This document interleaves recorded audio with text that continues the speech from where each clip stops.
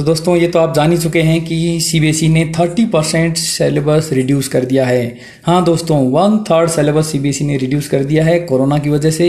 तो चलिए जानते हैं हम कि थ्योरी सिलेबस, प्रैक्टिकल सिलेबस, इसमें चैप्टर वाइज क्या क्या रिड्यूस किया गया है, क्या क्या चेंजेस किए गए हैं। तो सबसे पहले हम देखते हैं वो सर्कुलर जिससे सीबीएसई ने ये चेंजेस किए हैं। तो वो 7 जुलाई 2020 का ये सर्कुलर है, जिसमें सीबीएसई ने सब्जेक्ट में साफ साफ लिखा है revised academics curriculum for the session 2020-21। CBSE April के फर्स्ट वीक में हमेशा हर साल सिलेबस रिलीज करती है, इस बार भी रिलीज किया था, लेकिन जुलाई फर्स्ट वीक में उसको फिर से रिवाइज करना पड़ा कोरोना की वजह से।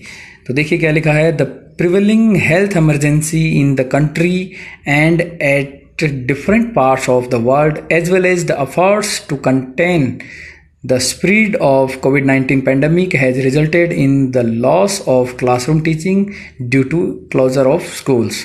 Therefore, the board has decided to revise the syllabi of class 9 to 12 for the academic session 2020-21।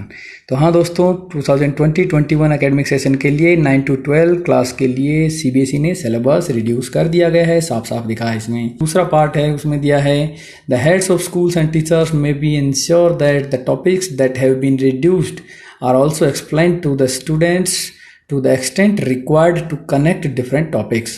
However, the reduced syllabus will not be the part of topics for internal assessment and year-end board examination. तो देखिए बच्चों, कुछ topics जो हैं वो एक दूसरे से कनेक्टेड होते हैं, तो इसलिए जो टॉपिक डिलीट कर दिया गया है वही टॉपिक यदि हमको दूसरे किसी टॉपिक को समझने के लिए यदि उसकी ज़रूरत है तो हमको वो भी पढ़ाया जाना चाहिए, क्योंकि टॉपिक एक दूसरे से रिलेटेड होते हैं और इसलिए यदि रिलेटेड है तो उस टॉपिक को भी एक्सप्लेन करना चाहिए, भले ही वो बोर्ड एग्जाम में ना पूछा जाए।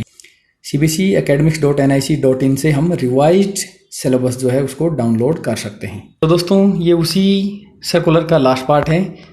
अब देखिए हम देखते हैं, देखिए क्लास 12 थ्योरी सिलेबस जो है 2020-21 के लिए, उसके लिए टोटल 16 चैप्टर में से 3 चैप्टर कंप्लीटली रिमूव किए जा चुके हैं। That is 6 chapter general principles and processes of isolation of elements and from organic part, chapter 15 polymers and chapter 16 chemistry in everyday life. तो इस तरह से फिजिकल पार्ट जो है उसके अंदर अभी भी वही 5 चैप्टर्स हैं जिनका वेटेज 23 मार्क है। इनऑर्गेनिक पार्ट में पहले 4 चैप्टर हुआ करते थे, अभी केवल 3 ही चैप्टर बचे हैं जिनका वेटेज 19 मार्क है, और इसी तरह से ऑर्गेनिक पार्ट में भी केवल 5 चैप्टर्स बचे हैं जिनका वेटेज 28 मार्क्स हैं। तो 1 चैप्टर जो है वो इनऑर्गेनिक पार्ट से रिमूव हुआ है, general principles and process of isolation of elements chapter 6, and 2 chapters जो हैं वो ऑर्गेनिक पार्ट्स में से रिमूव हुए हैं, chapter 15 polymers and chapter 16 chemistry in everyday life. तो इस तरह से अब हमको आउट ऑफ 16 केवल 13 चैप्टर ही पढ़ने हैं, और वो हैं solid state solution, electrochemistry, chemical kinetics and surface chemistry in physical chemistry, p block, d and f block elements, coordination compounds in inorganic chemistry, halo alkanes and haloarenes, alcohols, phenols and ethers, aldehyde ketones and carboxylic acid, amines and biomolecules in organic chemistry part. तो दोस्तों out of 16 3 chapters are completely removed, but जो remaining chapters हैं उनमें भी as it is नहीं है, उनमें से भी थोड़ा थोड़ा पार्ट है वो रिमूव किया गया है। ओवरऑल 30% रिडक्शन हुआ है। तो थ्योरी का जो फर्स्ट चैप्टर है सॉलिड स्टेट, उसमें देखिए सबसे पहले प्रीवियसली सिलेबस जो था अप्रैल 2020 में जो रिलीज़ किया था उसमें क्या था, और सिलेबस नाउ जो है जो अभी जुलाई में जो रिलीज़ किया है उसमें क्या है, और सिलेबस चेंज्ड या रिमूव्ड क्या पार्ट है वो यहाँ पर सबसे नीचे रेड इंक में शो किया गया है। सिलेबस जो प्रीवियसली था उसके अंदर भी उसको हाईलाइट किया गया है रेड इंक से। तो सॉलिड स्टेट चैप्टर में जो रिड्यूस किया गया वो है electrical and magnetic properties, band theory of metals, conductors, semiconductors and insulators and n and p type semiconductors. इसी तरह से सॉल्यूशन चैप्टर में जो रिड्यूस किया गया वो है abnormal molecular mass van Hoff factor. Electrochemistry part से जो रिड्यूस हुआ है lead accumulator, fuel cells, corrosion, law of electrolysis, elementary idea only, dry cell, electrolytic cells and galvanic cells. Chemical kinetics part से जो रिमूव हुआ है concept of collision theory, elementary idea only, no mathematical treatment, activation energy and Arrhenius equation. Surface chemistry से जो syllabus remove हुआ है वो है emulsion, type of emulsions, catalysis, homogeneous and heterogeneous catalysis, activity and selectivity of solid catalysts and enzyme catalysis. General principles and procedures of isolation of elements complete chapter, entire chapter जो है वो remove किया जा चुका है। अभी हमारे syllabus में ये चैप्टर बिल्कुल नहीं है। पी ब्लॉक एलिमेंट्स जो बहुत बड़ा चैप्टर था अभी भी बहुत बड़ा है और उसके बावजूद बहुत सारा पार्ट जो है वो रिमूव कर दिया गया है। तो सिलेबस जो यहाँ पर रिमूव हुआ है वो है preparation and properties of phosphine, sulfuric acid, industrial process of manufacture, oxides of nitrogen, structure only, phosphorus, allotropic forms, compounds of phosphorus, preparation and properties of halides and oxoacids, elementary idea only। इसी तरह से D and f block element से जो syllabus remove हुआ है वो है chemical reactivity of lanthanoids, actinoids, electronic configuration, oxidation states and comparison with lanthanoids, preparation and properties of potassium permanganate and potassium dichromate। Coordination compound से जो part remove हुआ है वो है structure and stereoisomerism, importance of coordination compounds in qualitative analysis, extraction of metals and biological systems. Organic का जो first chapter है halo alkanes and halo arenes से, उससे जो रिमूव हुआ है वो है uses and environmental effects of dichloromethane, trichloromethane, tetrachloromethane, iodoform, freons and DDT. Alcohol, phenol and ethers chapter से जो रिमूव हुआ है वो है uses with special reference to methanol and ethanol. Aldehyde, ketones and carboxylic acid chapter जो है वो as it is है, उसमें कोई चेंजेस नहीं हुआ है, कुछ भी रिड्यूस नहीं हुआ है। एमीन्स चैप्टर से जो पार्ट रिड्यूस हुआ है वो है diazonium salt, preparation, chemical reactions and importance in synthetic organic chemistry.